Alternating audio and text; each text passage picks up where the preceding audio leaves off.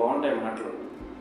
ఎందుకు ఇంతలా చెప్తున్నానంటే, మిడ్ నైట్ ఇన్ ప్యారిస్ అనే సినిమాలో మొత్తం ఆ మూవీ చూసిన తర్వాత ఆ ఫీలింగ్తో బయటకు వస్తుంటే దాని యొక్క అంతరార్థం మనకి ఎక్కడో ఒక ఉద్రేకాన్ని, ఎక్సైట్మెంట్ని, ఒక 50-60 ఏళ్ళు ఉన్న వయసులో ఉన్న వాళ్ళ పెద్దవాళ్ళకు కూడా ఒక అట్రాక్షన్ని ఎక్కడో మనం గతంలోనూ ప్రజెంట్ సిచ్యువేషన్లోనూ ఎక్కడో ఒక చోట మన జ్ఞాపకాలని మనం మిగిల్చుకున్నామా అనే ఫీలింగ్ అయితే వస్తుంది.